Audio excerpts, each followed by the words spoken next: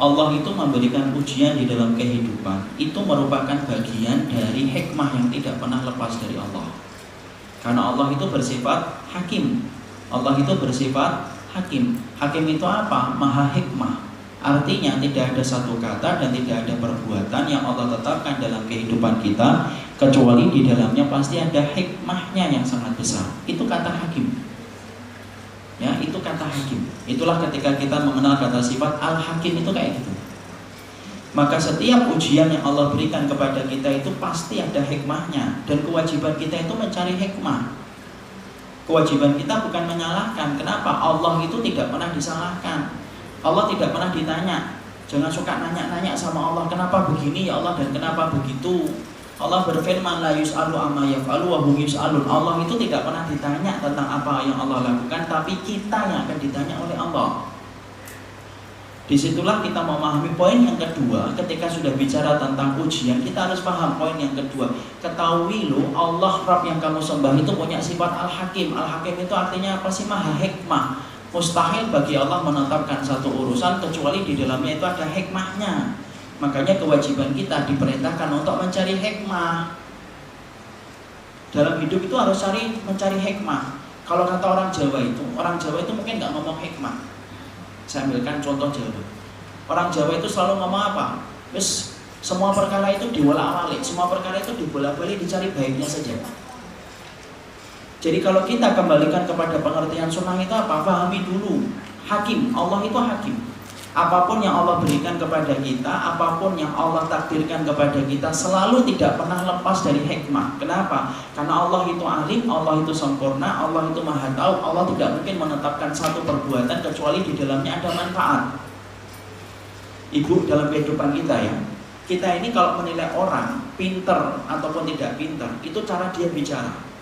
Orang kalau tidak pinter itu kalau ngomong tidak ada manfaatnya. Tapi semakin pinter orang itu, semakin ketika dia ngomong hati-hati, semakin ketika dia bicara itu pasti ada hikmahnya, ada ilmu yang bisa kita ambil. Ya. Kenapa? Dia pinter. Akhirnya setiap ucapannya dia sampaikan itu rata-rata membawa faedah. Kalau manusia saja, ternyata ketika dia baru pinter sekolah saja, ucapannya ternyata ada manfaat yang kita dengarkan ketika bersamanya. Allah itu zat yang menguasai ilmu di atas seluruh dunia ini dan menguasai perbendaharaan ilmu itu Allah. Dan Allah itu pasti hakim dalam setiap apa yang Allah tetapkan dan Allah takdirkan kepada kita. Kenapa kita pahami ini? Karena kita ini rata-rata menjadi muslim dan mukmin, tapi ternyata kita lalai untuk pintar mengambil hikmah yang Allah berikan dalam kehidupan kita. Makanya Imam Ibnu Qayyim menerangkan dalam kitabnya Syifa'ul Alil fi Masailil Qada'i wal Qadar, di antara musibah manusia ketika jadi budaknya Allah itu apa? Mereka itu lalai untuk mengambil setiap hikmah dari setiap apa yang Allah berikan dalam kehidupan. Lalai kita. Dan apa yang terjadi kalau kita gagal untuk memetik dan mengambil hikmah dalam setiap kejadian yang Allah berikan dalam kehidupan kita? Akhirnya ketika kita tidak mampu mengambil hikmah, tidak ada ucapan kecuali kita menyesali. Kecuali kemudian kita menggugat Allah, kecuali kemudian kita husnudzon dan meletakkan Allah dalam pandangan yang buruk di mata kita ketika kita gagal mengambil setiap hikmah dari apa yang Allah berikan dalam kehidupan kita. Padahal itu mustahil Allah itu menciptakan tanpa hikmah. Sampai semut yang Allah ciptakan ada hikmah. Sampai ketika Allah menciptakan langit dan bumi 7 masa, padahal Allah itu mampu menciptakan langit dan bumi dalam sekejap. Tapi Allah ciptakan sampai 7 hari, itu hikmahnya apa? Supaya mengajarkan kepada kita hambanya supaya ngerti semuanya itu tidak instan. Ternyata semuanya yang dilakukan oleh Allah itu tidak pernah keluar dari kata hikmah. Dan orang yang beriman, kata Imam Ibnu Qayyim, adalah orang yang paling pintar untuk mengambil setiap hikmah yang Allah berikan dalam kehidupan kita. Kalau tidak kayak gitu, maka sesungguhnya kita akan gagal mengambil kebaikan di dalam setiap ujian. Makanya poin yang kedua yang kita harus sepakati dulu sebelum bicara lebih lanjut, pahami dulu bahwasanya ini adalah semua yang terjadi dalam kehidupan kita tidak pernah keluar dari kata hikmah. Kita ambilkan contoh yang gampang, Ibu. Seorang ibu kandung ketika mereka mendapati dan merawat anaknya itu selalu tidak pernah dia itu mendahulukan keinginan dirinya, selalu mendahulukan keinginan anak. Kenapa? Saking besarnya rahmat yang dia miliki kepada anaknya.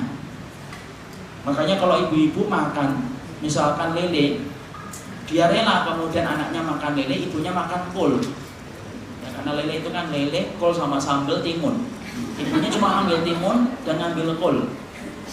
Kalau ditanya sama anaknya, "Bu, kok nggak makan lele?" "Enggak, Nak. Saya kolnya aja sama timunnya. Nah, tidak suka lele." Padahal seneng banget sama lele. Ini beda ya kalau sama bapaknya ya. Kalau sama bapaknya biasanya bagi-bagi dua ya. Kayaknya saya nggak mencontohkan bapak, saya contohkan ibu. Ibu itu rela kayak gitu. Kenapa? Karena saya dapetin ibu saya kayak gitu. Ibu saya itu ngomong anak makan ayam, tidak suka ayam. Karena ingin untuk mendahulukan anaknya. Dan saya yakin semua ibu-ibu kayak gitu. Tidak ada ibu yang kemudian berkeinginan untuk mendolimi anaknya, itu tidak ada. Bahkan banyak ibu yang rela untuk tidak tidur supaya anaknya tidur. Hanya ibu itu kayak gitu. Kalau bapak mah tidur aja dia. Karena maaf ya Bu ya, karena memang sifat perasaannya memang dibuat gitu. Jangan diheranin, geleng-geleng mas. Perasaannya beda Mbak, perasaannya beda. Memang Allah kasih ke kamu, Allah nggak kasih ke saya. Saya itu dikasih perasaan untuk nyarikan nafkah. Kalau perasaan ke anak itu kamu. Jangan salahin, mas jadi bapak kok gitu banget. Ya kayak saya rela nggak tidur, nggak bisa, itu fitrahnya sudah beda. Makanya kemudian di situ kita memahami, kalaulah seorang ibu kepada anak saja, ternyata kita sepakat tidak ada seorang ibu yang mendatangkan kezaliman kepada anaknya, apalagi Allah, Rabb yang tidak mungkin untuk kemudian menciptakan kezaliman kepada hambanya. Kenapa? Allah itu menciptakan seluruh muka bumi ini, seluruh ibu itu Allah yang menciptakan. Kalau Allah mampu menitipkan setiap rahmat bagi setiap ibu kepada anaknya, pasti Allah itu sifat rahmatnya lebih besar daripada sifat ibu yang memiliki rahmat kepada anaknya. Makanya apa? Imam Ibnu Qayyim itu tepat ketika beliau mengatakan dalam kitabnya Syifaul Alim, tolong ya, kalau jadi seorang mukmin itu harus ngerti bagaimana cara untuk mengambil hikmah dalam setiap kejadian. Kalau enggak, berarti kita gagal menjadi budaknya Allah yang cinta kepada Allah. Kenapa? Enggak punya rasa kebeningan kepada apa yang Allah tetapkan. Kalau jadi budaknya Allah itu kan, kalau cinta sama Allah itu kan harus bening kepada Allah kan. Kan sering saya sampaikan berkali-kali, cinta itu artinya apa sih? Cinta itu kan artinya bening. Diambil dari kata apa cinta itu? Mahabbah. Mahabbah itu artinya apa? Habun. Habun itu apa? Sofin. Dia bening dia. Makanya orang kalau jatuh cinta kan bening kan? Masya Allah. Cerewet dibilangnya apa? Masya Allah. Radio online yang gratis ini. Karena lagi cinta. Makanya dia bening. Itulah bahasa Arab, kaya dengan makna. Sama Bu, kalau kita cinta sama Allah, berarti kita itu harus bening memandang apa yang Allah berikan dalam kehidupan kita. Kenapa? Hikmahnya itu pasti ada. Dan kita diperintahkan untuk sabar ketika kita menjemput setiap hikmah dalam setiap kejadian yang Allah berikan dalam kehidupan. Kenapa? Gagalnya orang itu menangkap hikmah. Jadi gagalnya orang untuk menerima ujian itu salah satunya kenapa? Dia gagal untuk bersabar mengambil hikmah. Padahal apa? Pasti Allah akan berikan hikmah. Allah tidak mungkin memberikan satu perkara kecuali diiringi dengan kata hikmah. Bahkan saking indahnya Imam Ibnu Qayyim itu berkata, Imam Ibnu Qayyim sampai indahnya beliau berkata gini. Saking indahnya Imam Ibnu Qayyim berkata, Allah itu setiap menitipkan satu kejadian, Allah iringi dengan hikmah yang sangat besar. Maka hikmah yang Allah berikan itu seterang matahari di siang hari. Saking banyaknya hikmah itu sebagaimana kata Imam Ibnu Qayyim, sebagaimana terangnya matahari di siang tengah hari yang bolong. Tapi kita manusia tidak mampu untuk mengambil hikmah kecuali bagaikan lilin yang kita nyalakan. Sedikit-sedikit itu hikmah yang bisa kita ungkapkan. Tapi walaupun sedikit, itu pun sudah sangat lumrah untuk kita ambil. Karena apa? Dibandingkan dengan ribuan hikmah yang Allah berikan. Maka sesungguhnya kita ini kemudian sudah bersyukur kalau mampu untuk mengambil setiap hikmah dalam setiap kejadian. Tidak mungkin Ibu Allah itu mengatakan sesuatu tanpa ada tujuan, itu tidak mungkin. Allah mempertemukan ibu misalkan dengan seorang suami yang ternyata tidak sesuai dengan harapan ibu. Bukan Allah itu tanpa tujuan, nggak mungkin kan Allah menetapkan tanpa tujuan itu. Kita dipertemukan dengan seseorang yang ternyata tidak sesuai dengan harapan kita. Kita dipertemukan dengan anak yang ternyata anak itu sering menggugat kita. Tidak ada yang tidak tanpa tujuan ketika Allah itu sudah menyoratkan takdir dalam kehidupan kita. Kenapa? Orang yang melakukan sesuatu tanpa tujuan itu orang gila atau orang mabuk dalam kehidupan kita. Coba kalau orang mabuk, ada nggak tujuan ketika ngomong? Tidak ada tujuannya. Orang kalau mabuk, kalau ngomong itu bisa dipahami atau enggak? Allah itu mustahil mabuk, Allah itu mustahil untuk gila. Dan Allah itu maha dat yang alim. Dan Allah tidak mungkin menetapkan satu kecuali pasti di dalamnya ada hikmah yang besar. Makanya belajar untuk menangkap hikmah ya? Makanya kemudian perintahnya adalah untuk menangkap hikmah. Contoh ini saya ambilkan contoh sederhana saja. Saya tidak mengatakan apapun kecuali saya khusnudon ini bagian dari hikmah. Dulu saya punya kajian di bandara International Airport Soekarno-Hatta.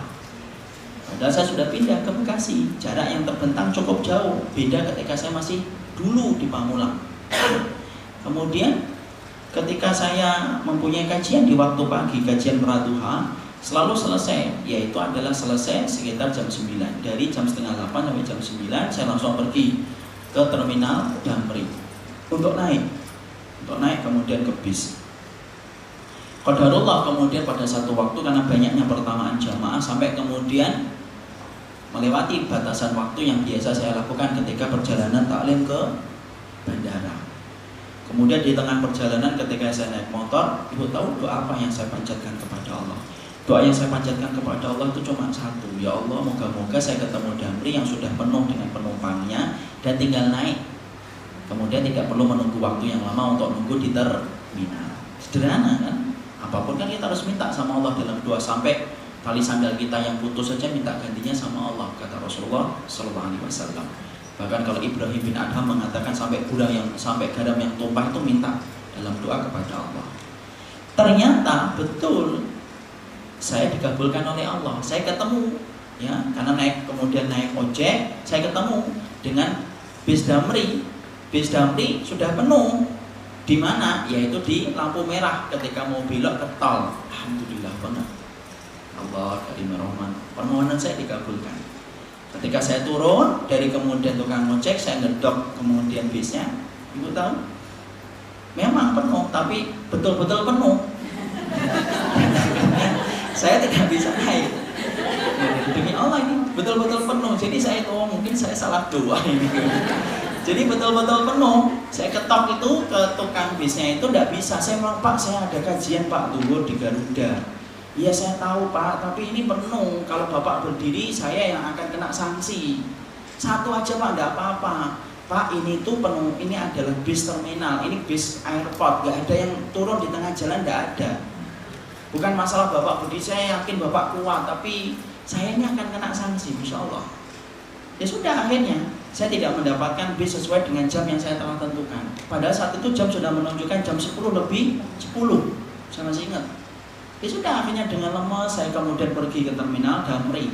Tentunya karena bis yang baru ini baru pergi, kemudian bis yang lama baru membuka pintu. Sudah naik, sudah lemas saya. Sudah mulai jam merambat ke setengah 11 lebih. Setengah 11 itu baru penuh, baru jalan. Saya sudah pasrah, saya sudah WhatsApp ke pihak panitia kajian. Kelihatannya agak telat mungkin juga nggak nyampe sampai di sana.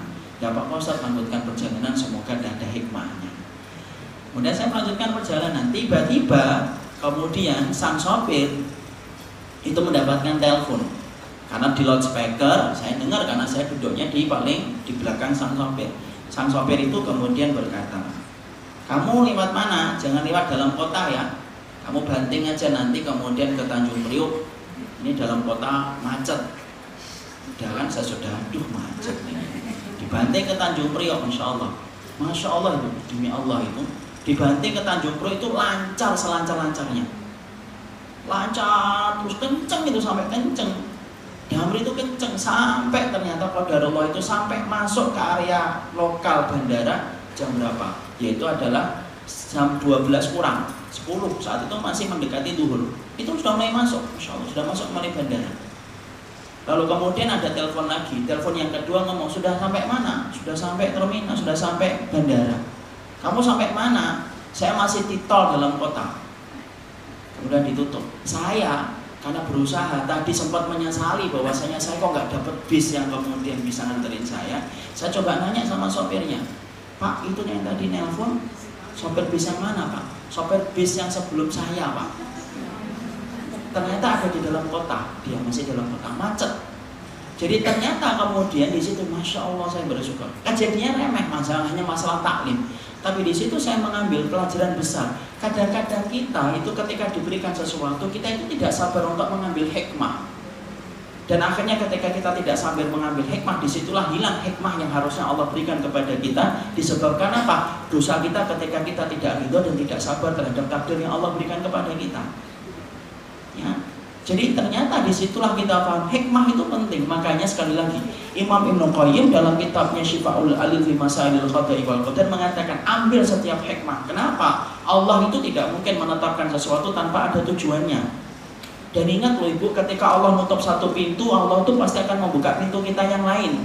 Itu sebuah pasti dari Allah. Ada orang yang disulitkan dengan bapaknya. Coba kita lihat Nabi Ibrahim disulitkan dengan bapaknya. Sampai bapaknya tidak kunjung beriman. Hikmahnya apa? Ternyata hikmahnya itu nunggu agak lama. Setelah 85 tahun, dalam satu riwayat 83 tahun, Nabi Ibrahim baru mendapatkan Ismail. Kalau mendapatkan Ishak itu 90 tahun lebih. Baru kemudian setelah itu dia mendapati Ismail ketika tumbuh kemudian menjadi pemuda yang taat. Masya Allah. Ternyata ketika Allah memberikan kesulitan, Nabi Ibrahim mendapati ayahnya yang menjadi pemahat patung. Coba kita bayangkan loh. Kalau Nabi Ibrahim itu berdakwah itu kayak apa beratnya. Orang itu mengatakan, "Lah Ibrahim kamu itu ngajak kami beriman, bapakmu aja buat patung kok." Tapi ternyata kemudian ketika Allah tutup satu pintu kepada Nabi Ibrahim, dia tidak mendapatkan ayah yang solih sebagaimana kemudian Sulaiman mendapatkan ayah yang solih sebagaimana mendapatkan Nabi Daud. Tapi ternyata Allah membukakan sebuah pintu. Apa pintu yang Allah berikan? Allah berikan kepada Nabi Ibrahim itu Ismail alaihissalam yang saking cintanya kepada bapaknya dan cintanya kepada ibunya. Bahkan ibu, saking kemudian cintanya dan taatnya Nabi Ibrahim kepada Ismail kepada bapaknya, itu sampai-sampai ketika mau disembelih saja, pernyataan yang disampaikan Ismail itu apa kepada bapaknya? Ukfuf ya Pak, itu loh Pak bajumu Pak dilipat Pak. Nanti kalau kamu nyembelih saya, nanti cipratan darahku akan ngotori bajumu kalau kamu tidak lipat bajumu, insya Allah. Dan aku khawatir fatangku sumin ajri, nanti akan ngurangin pahalaku ketika disembelih gara-gara darahku ngotori bajumu. Saking taatnya seorang Ismail kepada bapaknya. Ya, di situ kita mendapati tidaklah Allah nutup satu pintu, pahami loh hikmahnya. Tunggu sebentar, Allah pasti akan membuka pintu yang lainnya yang terbuka dalam kehidupan kita. Allah cuma merintahkan apa? Sabar. Sebagaimana Nabi ketika mendapatkan, ya Allah, beliau mendapatkan kesulitan ketika beliau berdakwah dengan paman-pamannya. Apa yang Allah berikan kepada Nabi Muhammad? Allah gantikan Nabi dengan istri yang betul-betul maksimal membantu beliau untuk kemudian berdakwah, walaupun dia mendapatkan pertentangan yang keras dari paman-pamannya. Semua penjelasan ini masuk ke poin yang kedua dulu yang kita harus sepakati. Jangan kemudian kita gagal untuk mengambil setiap hikmah, karena sesungguhnya Imam Ibnu Qayyim menjelaskan dalam kitabnya Syifa'ul Alil fi Masailil Qada'i wal Qadar, cukuplah disebut musibah kalau kamu jadi hambanya Allah tetapi kamu gagal mengambil setiap hikmah yang Allah berikan dalam kehidupan kita. Jadi hikmah itu harus dipegang. Memahami hikmah itu harus dipegang dan harus kita ketahui. Karena apa? Itulah perkara yang harus kita pahami. Allah tidak mungkin kemudian menetapkan satu perkataan dan perbuatan tanpa Allah memberikan hikmah dalam kehidupan kita. Ketika kita kemudian mendapati kejadian ini, pahami yang ketiga, bahwasanya kalau orang itu sudah berhasil menggenggam hikmah dari apa yang Allah sampaikan, apa yang atas apa Allah yang berikan, maka Masya Allah, orang itu adalah orang yang paling senang dengan ujian ketika dia paham setiap hikmah dari apa yang Allah berikan. Makanya Nabi sampai bersabda, fa inna ahadakum la yafrahu bil bala'i kama yafrahu ahadukum bir raha. Sampai Nabi saja bersabda, ada loh di antara orang yang beriman yang begitu kuatnya mereka dalam iman, sampai mereka itu lebih senang dengan ujian daripada kemewahan dan kenikmatan hidup. Sebagaimana orang yang lemah iman, kata Nabi, itu mencintai kemewahan dan kemudian fasilitas hidup. Ar-raha itu fasilitas hidup.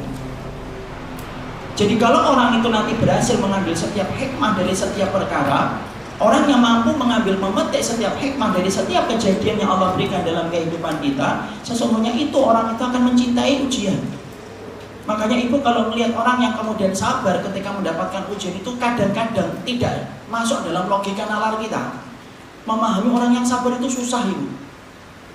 Kadang-kadang kita itu bisa marah-marah sama orang yang sabar. Sebagaimana marah-marahnya istri Nabi Ayub, sebagaimana marah-marahnya keponakan Sa'ad bin Abi Waqqas. Ibu tahu, Nabi Ayub menderita sakit. Sampai kemudian sakit itu diderita oleh Nabi Ayub setelah Nabi Ayub berumur 70 tahun. Puncaknya sakit yang diderita oleh Nabi Ayub itu apa? Yaitu adalah daging itu berjatuhan. Saya tidak pernah itu mendapati riwayat bahwasanya ada ulatnya, keluar ulatnya, dimasukkan kembali. Katanya gitu ya. Nanti guru agama kita sama ceritanya dulu. Ya ada itu riwayat itu. Yang ada adalah tata sakat lohomu Ayub, saking puncaknya rasa sakit yang diderita oleh Nabi Ayub, maka sesungguhnya dagingnya itu sampai jatuh. Tapi ibu tahu, Nabi Ayub itu tidak pernah berdoa supaya minta diberikan kesembuhan. Sampai istrinya diceritakan oleh Imam Ibnu Katsir itu berkata, ya Allah Ayub, kamu itu Nabi, mintalah kamu sama Allah itu kesembuhan. Karena apa? Kamu ini dagingnya sudah protol, sudah jatuh satu persatu. Tanpa sakat lohumuka, ini jatuh dagingmu wahai Ayub. Masya Allah ya. Saya tidak bisa membayangkan dialog yang terjadi antara Nabi Ayub dengan istrinya. Nabi Ayub itu sampai berkata, lu dagingmu ini sudah pada jatuh. Kenapa kamu itu kemudian tidak meminta kepada Rabbmu supaya kamu itu disembuhkan? Kamu itu Nabi, mustajab doanya. Ini menunjukkan bahwasanya istri Nabi Ayub itu beriman. Cuma memang tidak sabar saat itu. Ya. Jadi kemudian akhirnya apa perkataan Nabi Ayub? Masya Allah, ini orang yang paham hikmah. Sabarnya itu tidak bisa dilogika dengan akal. Nabi Ayub berkata, Allah itu sudah ngasih saya sehat 70 tahun. Masa saya tidak bisa bersabar pada sisa hidupku untuk mengganti kesenangan yang saya dapatkan setelah Allah sehatkan selama 70 tahun. Masya Allah. Indah didengar, susah dipraktekkan. Sulit Ustaznya ngomong gampang siapa? Susah memang. Tapi orang yang berhasil mengambil hikmah itu Masya Allah, justru sebagaimana yang dikabarkan oleh Nabi. Makanya kita belajar itu apa? Salah satunya supaya kita menjadi orang yang paling pandai mengambil hikmah. Itulah fungsinya ilmu. Kalau ada orang yang mencari ilmu tanpa menggugat suaminya, mengatakan suaminya, suami saya itu ilmunya cetek, malah kemudian dia mampu menangkap hikmah. Fungsinya ilmu itu untuk mengambil kita itu mengambil hikmah. Makanya Nabi Ayub itu sampai istrinya itu tidak percaya, kok sabarnya kayak gitu. Sebagaimana ini terulang kepada Sa'ad bin Abi Waqqas. Sa'ad bin Abi Waqqas pun ibu tahu, Sa'ad bin Abi Waqqas itu doanya mustajab. Orang yang paling mustajab doanya itu siapa? Sa'ad bin Abi Waqqas di antara para sahabat Nabi. Ada dua dalam sirah yang disebutkan paling mustajab doanya. Satu Sa'ad bin Abi Waqqas, dua Uwais Al-Qarni.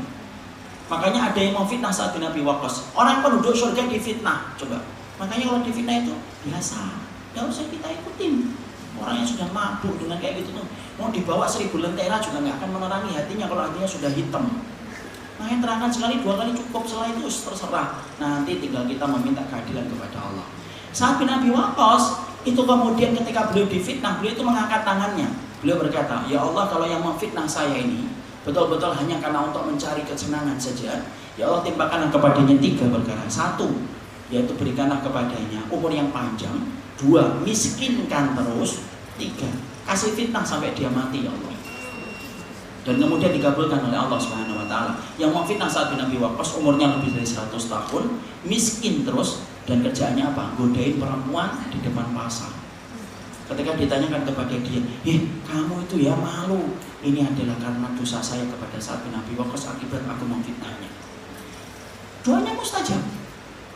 Bahkan kemudian saking mustajabnya orang itu sering rame ke rumahnya Sa'ad bin Abi Waqqas. Kenapa? Sa'ad bin Abi Waqqas itu kalau mau mendoakan, belum kering itu, pernah ada yang mencela Ali, kemudian dia ngomong, kenapa kamu mencela Ali?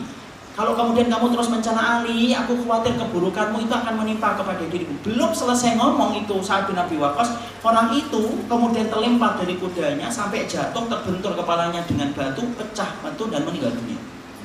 Makanya dulu para sahabat itu kalau ngeliatin Sa'ad bin Abi Waqqas, mereka itu kalau ngeliatin Sa'ad bin Abi Waqqas itu angkat tangan, itu langsung dipegang. Jangan doa ya, jangan doa. Soalnya itu Sa'ad bin Abi Waqqas. Kalau tidak percaya baca sirah. Marwan salah satu seorang sahabat itu mau dibacain doa, dipegangin itu tangannya Sa'ad bin Abi Waqqas. Tolong jangan diangkat tanganmu Sa'ad. Insyaallah Sa'ad bin Abi Waqqas. Doanya mustajab. Dan kalau beliau itu hidup pasti yakin rumahnya ramai dengan ibu-ibu yang akan minta doa. Ibu tahu ujian apa yang Allah berikan kepada Sa'ad bin Abi Waqqas? Sa'ad bin Abi Waqqas itu di masa tuanya beliau itu buta beliau. Ada keponakannya yang datang kepada beliau dan berkata, wahai pamanku, engkau adalah pemilik doa yang sangat mustajab. Mbok minta sama Allah itu matamu disembuhkan. Mau pemilik doa mustajab kok malah matanya kemudian buta, tidak pernah meminta supaya disembuhkan oleh Allah. Jawaban Sa'ad bin Abi Waqqas itu apa? Aku lebih ridho dengan takdir Allah ketika diberikan buta daripada mengangkat tangan untuk merubah takdir yang telah ditetapkan oleh Allah. Susah? Susah. Siapa tahu kata saya pemuda. Susah itu. Tapi kenapa semacam itu? Karena bapaknya mengambil hikmah. Makanya kata Rasulullah tadi, yang ketiga itu apa? Rasulullah itu mengatakan, fa inna ahadakum, sesungguhnya ada loh di antara orang yang beriman, mereka itu senang dengan ujian, sebagaimana orang yang lemah iman senang ketika mendapatkan kemudahan.